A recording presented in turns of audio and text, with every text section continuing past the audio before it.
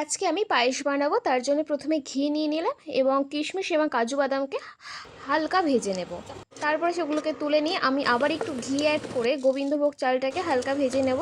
নেওয়ার পরে যেহেতু আমার দুধটাকে আগেই থেকেই ফোটানো ছিল, তাই আমি দুধটাকে অ্যাড করে দিলাম চালের মধ্যেই। তারপরে একটু নাড়িয়ে জাল দিয়ে নেব। তারপরে আমি একটু চিনি অ্যাড করে দেবো পরিমাণ মতো, যেহেতু আমার পায়েসটা নরম হয়ে এসছে চালটা।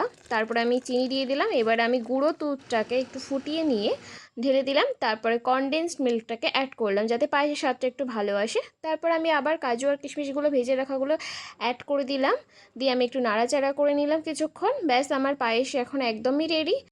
আশা করছি তোমাদের অনেকেরই এই রেসিপিটা সাহায্য করে পায়েস বানাতে। তো কেমন লাগলো জানিও, ভালো লাগলো অবশ্যই সাবস্ক্রাইব, লাইক অ্যান্ড কমেন্ট করে দিও। আজকে এই পর্যন্ত, দেখা হচ্ছে পরের কোনো ভিডিওতে। ততক্ষণ ভালো থেকো, সুস্থ থেকো। Thank you, bye by.